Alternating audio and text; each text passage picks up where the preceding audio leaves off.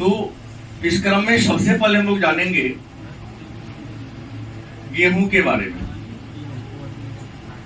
किसके बारे में जानेंगे? जानने की बात करते हैं तो सबसे पहले हम लोग जानेंगे नंबर 1 में गेहूं। प्रश्न कई बार पूछता है कि गेहूं की खेती के लिए उपयुक्त भौगोलिक दशाओं पर प्रकाश डालें। क्या? तो आपको ध्यान देना पड़ेगा, गेहूं भारत की दूसरी प्रमुख खाद्य फसल है। सही बात है। गेहूं भारत की दूसरी प्रमुख क्या है? खाद्य फसल है। गेहूं को रबी के मौसम में उगाया जाता है। गेहूं की बुआई अक्टूबर नवंबर में होती है एंड कटाई मार्च अप्रैल में होती है। गेहूं की खेती के लिए उपयुक्त भौगोलिक दशाओं पर प्रकाश डालें। आपका उत्तर होगा गेहूं भारत की दूसरी प्रमुख खाद्य फसल है। ठीक है। गेहूं रबी के मौसम में उगाया जाने वाला एक प्रमुख या रबी के मौसम का सबसे प्रधान फसल है। गेहूं की बुआई अक्टूबर नवंबर में होती है और गेहूं की कटाई मार्च और अप्रैल में होती है। आपको बता दें, गेहूं के उत्पादन में भारत का विश्व में दूसरा स्थान है। गेहूं के उत्पादन में भारत का विश्व में कौन सा स्थान है? दूसरा स्थान। और पहला स्थान किसका है? तो चीन का है। पहला स्थान किस देश का है? चीन का है। लेकिन भारत के गेहूं के उत्पादन में कौन सा स्थान है? दूसरा स्थान है। भारत के कुल बोए गए क्षेत्र का, भारत में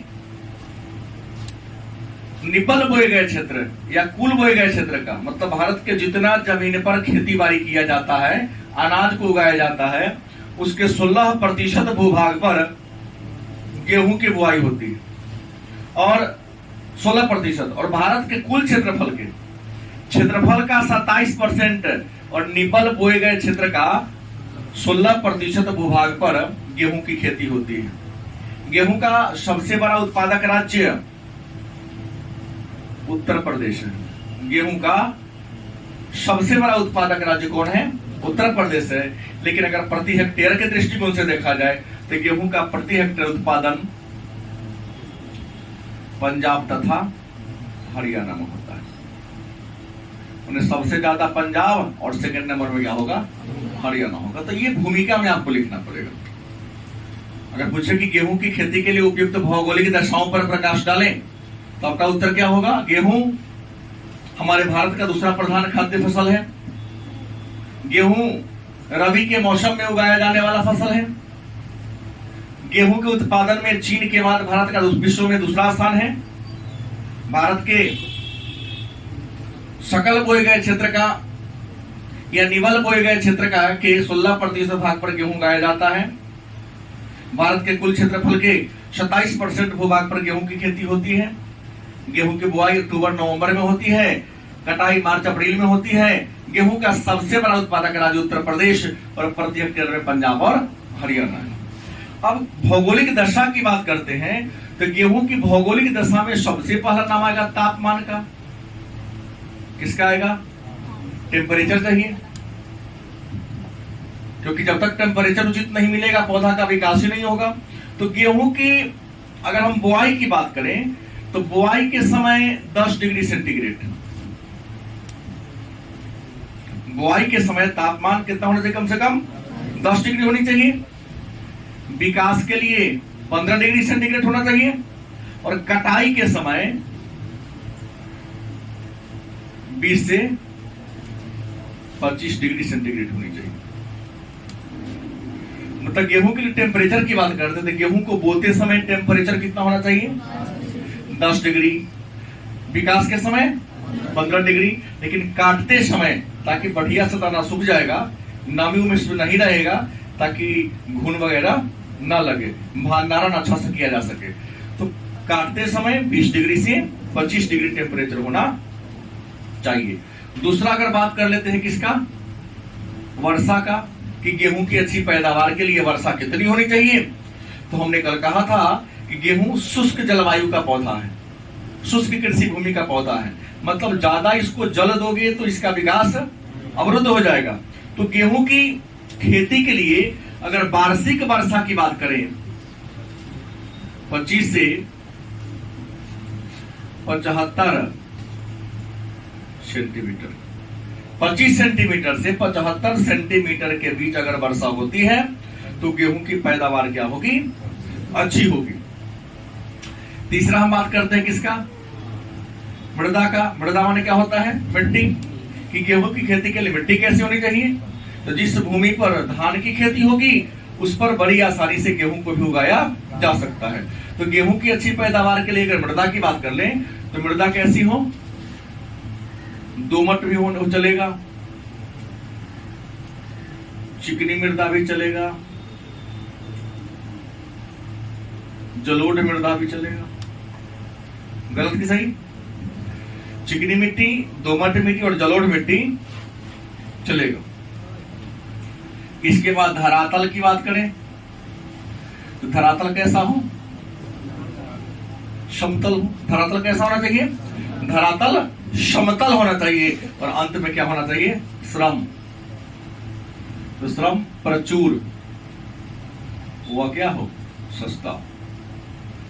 लेबर प्रचुर मात्रा में मिले लेकिन क्या मिले, सस्ता मिले, तो गेहूं की पैदावार क्या होगी, अच्छी होगी। मतलब कुल मिलाकर के आप इसको लिख करके 5 अंक बड़ी आसानी से हासिल कर सकते हैं।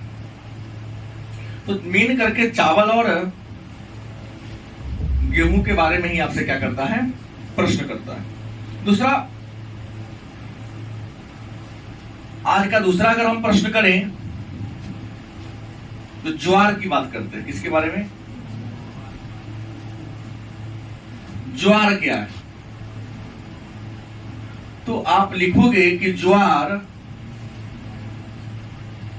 एक अनाज है, या ज्वार भारत का एक प्रमुख खाद्य फसल है। चावल और गेहूं के बाद भारत में तीसरा सबसे ज्यादा भोजन के रूप में जिस अनाज को उपयोग किया जाता है उसका नाम क्या है, ज्वार। हम लोग बिहार के लोग हैं तो गेहूं का रोटी खाते हैं। महाराष्ट्र गुजरात में जाओगे तो आपको ज्वार का ही रोटी खाने को मिलेगा। राजस्थान में या फिर जैसे आप जो तंदूरी रोटी खाते हो, गेहूं का थोड़ी ना होता है, ज्वार का ही रोटी होता है, जनेरा का ही होता है। तो ज्वार भारत का तीसरा प्रमुख खाद्य फसल है। चावल और गेहूं के बाद उगाया जाने वाला तीसरा प्रमुख फसल कौन है, ज्वार है। और ज्वार का सबसे बड़ा उत्पादक राज्य की बात करते हैं तो ज्वार का सबसे बड़ा उत्पादक राज्य महाराष्ट्र, गुजरात और राजस्थान। महाराष्ट्र, गुजरात और राजस्थान में ज्वार की बड़े पैमाने पर खेती होती है। लेकिन एक विशेष बात यह है कि उत्तर भारत की बात करें तो उत्तर भारत में ज्वार की बुआई खरीफ के मौसम में होता है, लेकिन दक्षिण भारत में क्या होता है, रबी का फसल है। उत्तर भारत में ज्वार खरीफ के ऋतु में उगाया जाने वाला फसल अनाज है, लेकिन दक्षिण भारत में किस मौसम में, रबी के मौसम में इसको क्या किया जाता है, उगाया जाता है। ज्वार के लिए अगर हम तापमान की बात करें तो ज्वार की अच्छी पैदावार के लिए तापमान ज्यादा नहीं, 27 डिग्री सेंटीग्रेड। वर्षा 100 सेंटीमीटर। अगर मृदा की बात करें हैं तो काली मृदा, काली व जलोढ़ मृदा। धरातल कैसा हो, समतल हो और श्रमिक सस्ता होनी चाहिए, तो जाके ज्वार की खेती बड़ी अच्छा तरीका से हो पाएगा। सबसे ज्यादा कहां होता है, याद रखना है, महाराष्ट्र में होता है। ज्वार के बाद तीसरा जो अनाज है उसका नाम क्या है, बाजरा। आज का बाजरा क्या है, तब तक बाजरा एक खाद्य फसल है। एक अनाज फसल है, और भारत में भोजन के रूप में चौथा सबसे ज्यादा पसंद किया जाने वाला अगर कोई अनाज है तो कौन है? बाजरा है। कौन है? बाजरा है। और बाजरा की बात करें तो उत्तर भारत में बाजरा क्या है? उत्तर भारत में किस ऋतु में है? तो खरीफ में है, और दक्षिण भारत में रबी के मौसम में उगाया जाता है। ये प्रतियोगिता परीक्षा के लिए ज्यादा इंपोर्टेंट है ये लाइन, कि वह कौन फसल है जिसे उत्तर भारत में रबी के मौसम में उगाते हैं और दक्षिण भारत में खरीफ के मौसम में उगाते हैं। सॉरी, उत्तर में रबी है, दक्षिण में उत्तर में खरीफ है, दक्षिण में क्या है? रबी है। तो बाजरा और ज्वार दोनों है। इसकी खेती के लिए तापमान की बात करते हैं तो 20 से 25 डिग्री सेंटीग्रेड। यहां भी वर्षा 100 सेंटीमीटर। मृदा की बात करते हैं तो जलोढ़ और काली। भूमि कैसा होना चाहिए? समतल होना चाहिए। जैसे रबी खरीफ की बात होगा तो एवरेज 100, क्योंकि रबी खरीफ दोनों है तो एवरेज 100 पर क्या होगा? चलेगा। उससे ज्यादा होगा थोड़ी सी क्या हो जाएगी? परेशानी हो जाएगी। इसके बाद आता है नाम मक्का का। नाम सुने होंगे।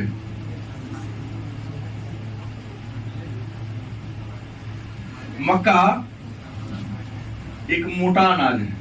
मक्का भारत का क्या है? एक मोटा अनाज है।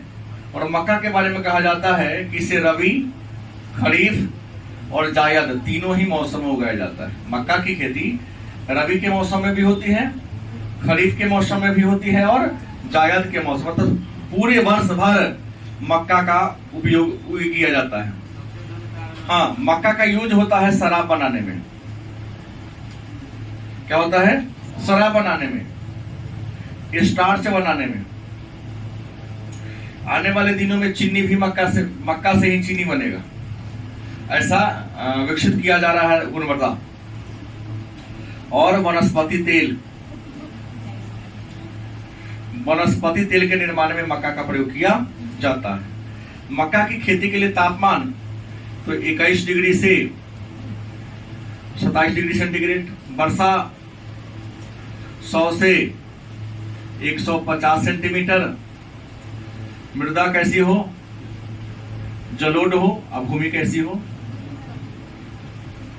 हम आपको ये दिखाना चाह रहे हैं, ये बड़ी बात नहीं है, कॉमन सबका एक ही है। एक चार्ट बना लो और चार्ट की सहायता सबको लिख लो। लाइन में लिखा रहेगा तो याद करने में क्या होगी? परेशानी होगी। लेकिन चार्ट बना लोगे तो सब में तो तापमान सब में लिखना है, वर्षा सब में लिखना है, मृदा सब में दर्शाना है, धरातल का प्रकृति सब में दिखाना है, और बाकी जो उसकी खासियत है, विशेषता है, उसके बारे में आपको विस्तार से क्या करना पड़ेगा? चर्चा करना पड़ेगा। तो ये मक्का है। इसके अलावा हम कुछ अन्य फसल की बात करें तो अन्य फसल में हम ले लेते हैं किसका? दाल के बारे में। दाल क्या है? तो दाल भी एक खाद्य फसल है। दाल क्या है? दाल एक खाद्य फसल है। अगर दाल के बारे में ले तो दाल कौन कौन होता है? अरहर, मसूर, तूर, चना, मटर, मूंग, ये दाल है। और दाल में प्रचुर मात्रा में क्या पाया जाता है? प्रोटीन पाया जाता है। दाल में प्रचुर मात्रा में क्या पाया जाता है? दाल का उपयोग हम लोग प्रोटीन के स्रोत के रूप में करते हैं। और प्रोटीन को बॉडी बिल्डर भी कहा जाता है, क्योंकि शरीर का जो अंग टूट फूट जाता है, उस टूटे फूटे अंगों को मरम्मत करने में किसका यूज होता है? दाल का यूज होता है। दाल की खेती करने से एक और फायदा है कि हमारे मिट्टी में नाइट्रोजन स्थिरीकरण, मिट्टी में नाइट्रोजन को स्थिरीकरण करने का काम कौन करता है? दालें करता है। क्योंकि जितने भी फलीदार पौधा होता है, फलीदार पौधा मतलब जिसमें फल की प्राप्ति होती है, उसके जड़ में गांठ होता है। उस गांठ में राइजोबियम नामक क्या होते हैं? जीवाणु होते हैं। और वही राइजोबियम नामक जीवाणु भूमि में नाइट्रोजन का स्थिरीकरण करने का क्या करते हैं? वायुमंडल से नाइट्रोजन को प्राप्त करके नाइट्रेट में बदल देता है और भूमि में की उर्वरा शक्ति को बढ़ाने का काम करता है। तो अपने यहाँ की मिट्टी में, जलोढ़ मिट्टी में ऐसे भी नाइट्रोजन की मात्रा कम होती है, यदि आप वर्ष में एक आध बार गैप करके अपने खेत में दलहनी पौधा लगा देते हैं, दाल की खेती कर लेते हैं, तो नाइट्रोजन का ज्यादा यूज करना नहीं पड़ेगा।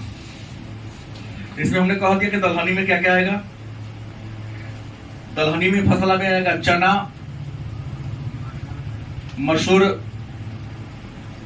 मूंग, क्या अरहर, मटर, और भी बहुत है। इसके बाद और पौधा आता तेलहन,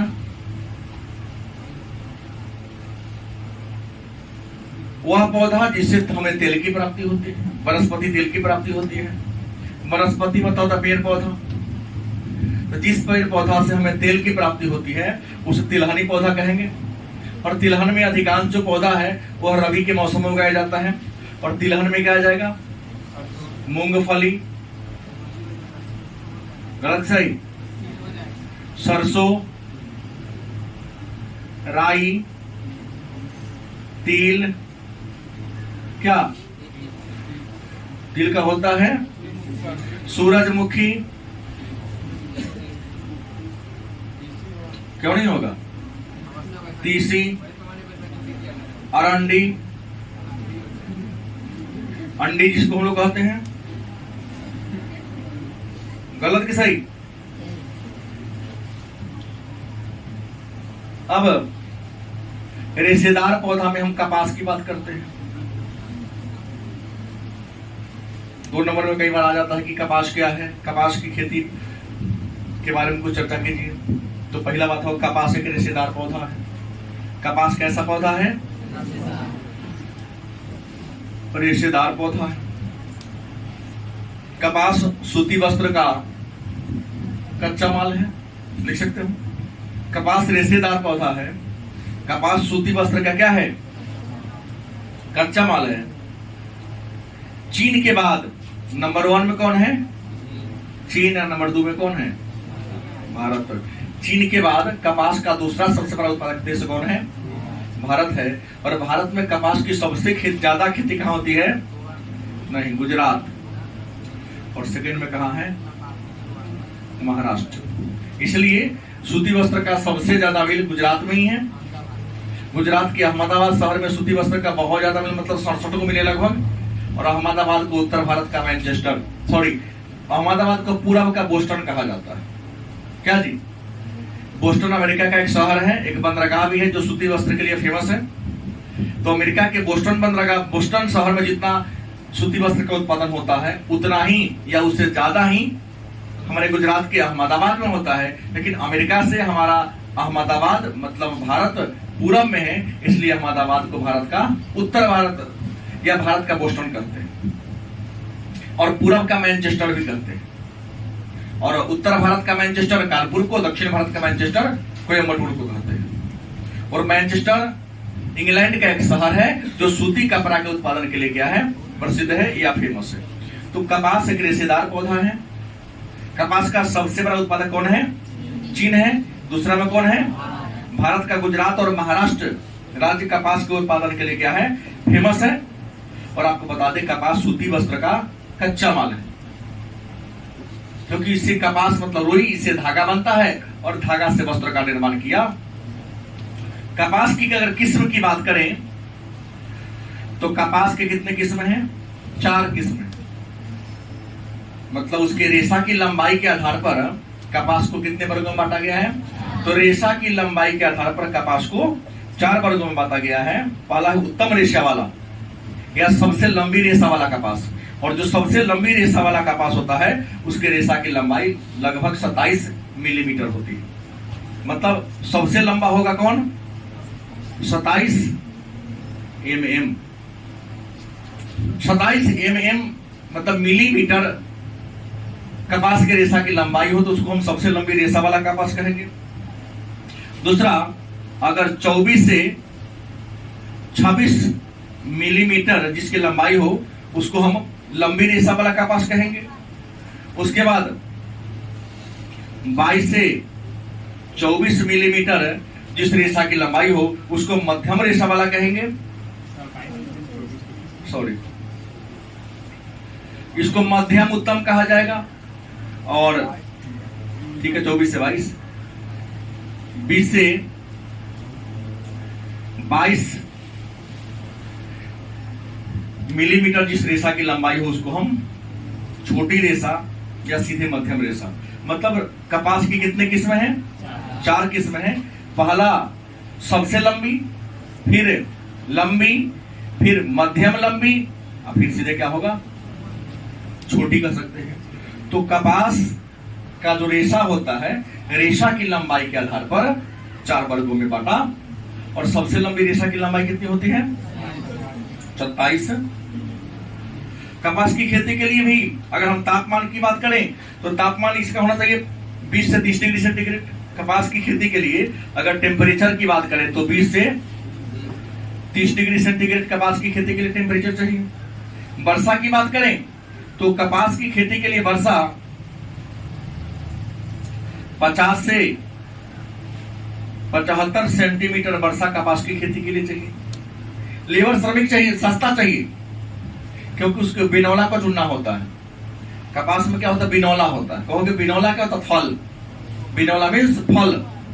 जैसे अकाउंट का पेड़ आप लोग देखे हैं, अकाउंट का पेड़ देखे हैं ना, तो अकाउंट में फल बनता है। उस फल को चीरोगे तो उसमें रुई निकलेगा, उसको बिनौला कहा जाता है। बात समझ गए? तो कपास के पेड़ पर बिनौला होता है, फल होता है, तो उस फल को चुनना है, और फल को चुनने के बाद उसको चीर कर उसमें से क्या निकालना है? कॉटन, रुई निकालना है। इसके लिए सस्ते श्रमिक की जरूरत होती है। और इसमें मिट्टी जो हो, चूना वाला मिट्टी, चूना प्रधान। और कैसी मिट्टी चाहिए? काली मिट्टी चाहिए। वहां पर कपास की खेती क्या होगी? बहुत ज्यादा होगी। इसके बाद हम जूट की बात करते हैं। क्या करते हैं? जूट की बात करते हैं। तो आपको पता है ना कि जूट रेशेदार फसल है। जूट कैसा फसल है? रेशेदार फसल है। इसे स्वर्णिम रेशा भी कहते हैं। और रेशा, इसका व्यापारिक महत्व बहुत ज्यादा है, इसलिए जो जूट को हम स्वर्णिम रेशा के नाम से भी जानते हैं। जूट का प्रयोग रस्सी बनाने में, बोरा बनाने में, चट्टी बनाने में, पैकिंग का सामान बनाने में, पर्दा बनाने में, साड़ी बनाने में, सुतली जो होता है उसको बनाने में, मोम डब्बा बनाने में। विश्व का 60% कपास का होता है भारत में, सॉरी जूट। विश्व का 60% जूट का बनता है भारत में। और जूट का सबसे बड़ा उत्पादक राज्य कौन है? वेस्ट बंगाल, दूसरा है असम, और तीसरा कौन है? बिहार। जूट का सबसे बड़ा उत्पादक राज्य, दूसरा, तीसरा कौन है? बीपीएससी में प्रतिवर्ष जब भी एग्जाम होगा ये प्रश्न को डालेगा कि जूट के उत्पादन में बिहार का कौन सा स्थान है? दूसरा कौन है? पहला कौन है? और जूट की खेती के लिए फेमस है हुगली नदी घाटी। हुगली घाटी, अगर हुगली ना रहे तो आप गंगा दे सकते हैं, क्योंकि पश्चिम बंगाल में गंगा का ही नाम क्या है? तो हुगली नदी घाटी ज्यादा फेमस है। अगर विश्व की बात करें तो विश्व में सबसे ज्यादा जूट का खेती बांग्लादेश में होता है। कहां होता है? लेकिन सेकंड में कौन आ गया है? भारत। जूट की खेती के लिए टेम्परेचर की बात करते हैं तो इसका टेम्परेचर 25 डिग्री से 35 डिग्री सेंटीग्रेड टेम्परेचर। अगर रेन, वर्षा की बात करें तो कम से कम वर्षा 200 सेंटीमीटर होना चाहिए। और मिट्टी कैसा हो?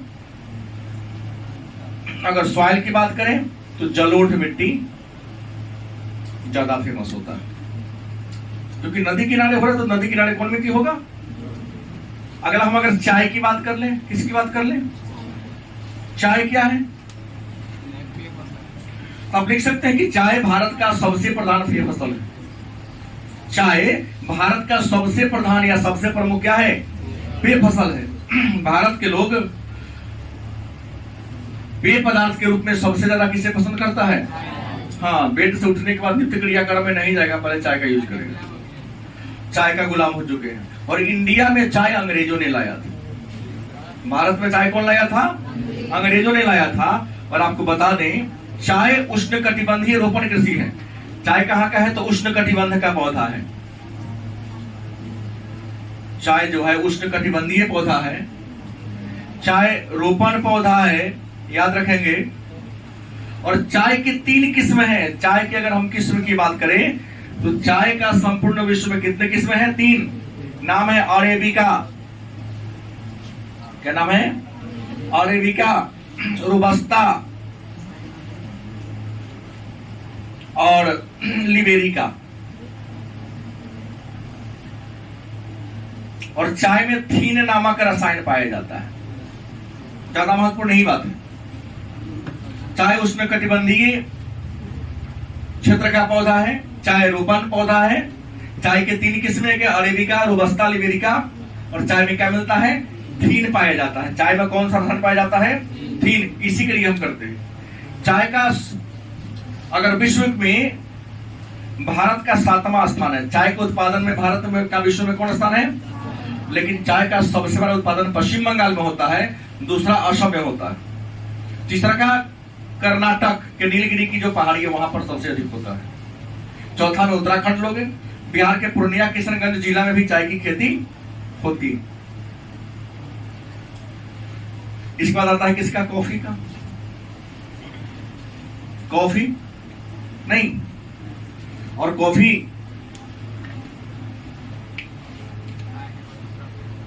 हमने गलती लिख दी है। ये जो किस्म है ना अरेबिका, ये कॉफी का किस्म है, हमने ये कर दिया गलत। चाय में थीन पाया जाता, सही है, ठीक है। इसके किस्म नहीं है। तो कॉफी की बात करते हैं तो कॉफी जिसे हिंदी में क्या कहते हैं? कहवा। कॉफी के हिंदी में क्या कहते हैं? कॉफी भी उष्णकटिबंधीय फसल है। गलत सही? कॉफी की किस्म की बात करते हैं, इसका 3 किस्म है। क्या है? अरेबिका, रोबस्ता और क्या है? लिबेरिका। और कॉफी में क्या मिलता है? कैफीन। क्या मिलता है? और कॉफी मूल रूप से ब्राजील का पौधा है। कहां का है? और कॉफी जो है सबसे बड़ा उत्पादक राज्य कौन है? कर्नाटक कॉफी का। और कर्नाटक में बाबा बुदन की जो पहाड़ी है वह लोहा के लिए भी प्रसिद्ध है, लेकिन कॉफी के लिए भी वहां पर ये होता है। बात समझ गए? और भारत के कॉफी अपने स्वाद के लिए फेमस है, इसलिए भारत के कॉफी को मधुर कहवा कहा जाता है। अपने स्वाद के लिए इतना ज्यादा फेमस है कि भारत के कॉफी को मधुर कहवा के नाम से जाना जाता है। तो ये रहा भारत के प्रमुख कृषि और अनाज। लेकिन भारत कृषि प्रधान देश है, लेकिन भारतीय कृषि की समस्या है। भारतीय कृषि की समस्या। भारत कृषि प्रधान देश है, लेकिन भारत के कृषि की अनेक सारी समस्याएं हैं। समस्या क्या है? तो पहली समस्या है निम्न उत्पादकता।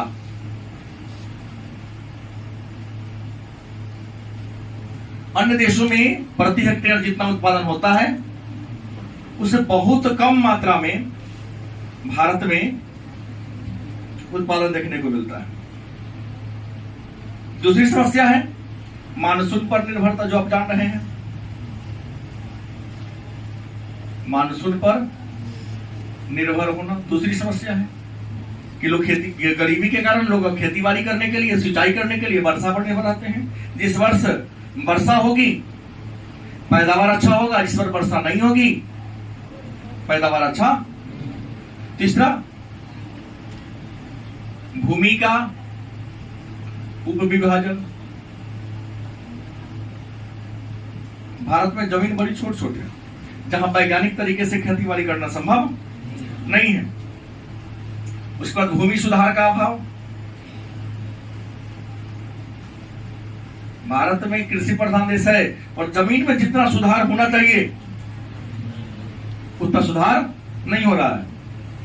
इसके अलावा पूंजी का अभाव। किसानों में क्या है?